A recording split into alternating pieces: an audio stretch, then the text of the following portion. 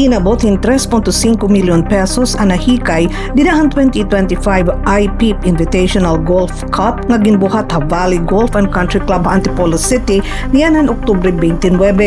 Mayada 120 nga mga golfers nga pinartisipar didahan fundraiser nga antuyo amo ang paghikayhin pondo para hiton isang profesional, isang pamilya program iton kanan provincial government panguna nga scholarship program.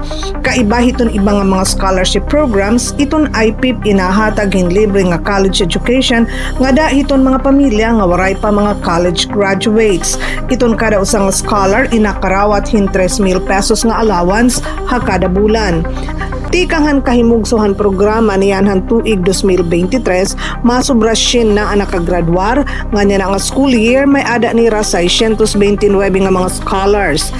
Iniamon ikatulong nga golf fundraiser para han IPIP niyanhan 2023 nakahikay hirahin 2 milyon pesos, han 2024 may ada 1.5 million pesos, ngan 3.5 million pesos naman ang nahikayhan niya nga tuig. Sumalakan Emmanuel Arago iton IPIP focal person na hingangad do inihiton trust fund para hiton nasabi nga programa. Ang nasabi nga golf invitational in gin-oorganisar han provincial government ngan hiton waray-waray golfers club nga pinamumunuan ni Mr. Emmanuel Rapadas. Siring ni Governor R.V. Ivardone, dako iton iya pasasalamat ilabi na nga dahan mga sponsors sugad man han mga golfers nga binulig. Waray kwarta nga nasasayang dara kay nahingangad do ini para hiton pag-aram hiton mga kabataan.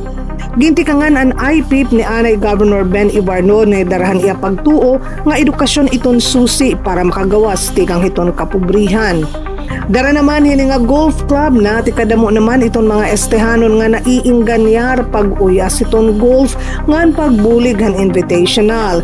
Didahan nakalabay nga golf club di Provincial Administrator Nelson Cortez ang natagan han longest drive award samtang hi Roxanne Arevalo ang narekognisar para han nearest to the pin award.